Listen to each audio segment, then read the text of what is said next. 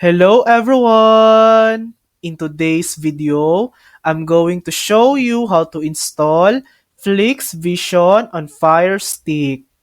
As of now, you can't install Flix Vision on Fire Stick. Amazon is actively blocking side-loaded IPTV apps like Flix Vision as part of a crackdown on unverified streaming platforms. Even if you try to sideload the app using tools like Downloader or ES File Explorer, the app won't function properly. It will either fail to install or get blocked from running.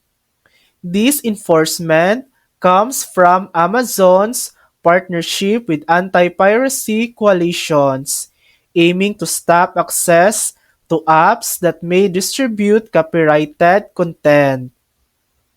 So, what does this mean for you?